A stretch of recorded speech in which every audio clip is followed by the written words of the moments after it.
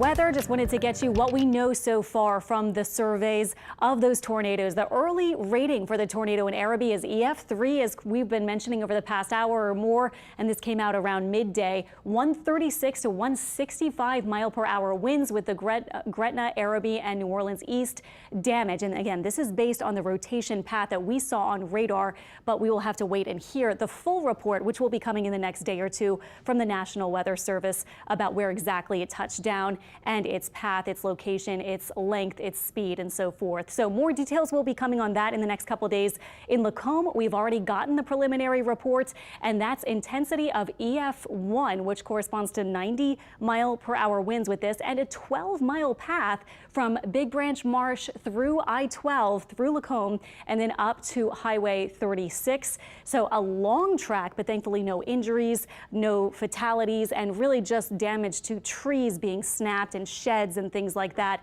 with the damage there. You might be thinking back to that New Orleans East tornado from 5 years ago, February 7th. That was a Tuesday in 2017. That was an EF3. Wind speeds there 150 miles per hour estimated, and the path length in New Orleans East about 10 miles. So we will see what the stats do turn out to be when we get that information in the next couple days. Looking back at our radar from last night, by the way, this is not current. It's been beautiful today. These are the storms from last night, though, from 6:30 until 8 o'clock. So this is an hour and a half that tornadic storm tore through our area from around Lafitte or Estelle and off toward New Orleans East was the path of that cell. Now, north of the lake, we had active weather too. In fact, a pretty big cell over here in Slidell that did not verify with any sort of tornado damage so far, but we do have our second tornado. This was the one around Lacombe, and that moved through and then off to the north, and that was the cell that produced that coming from the lake,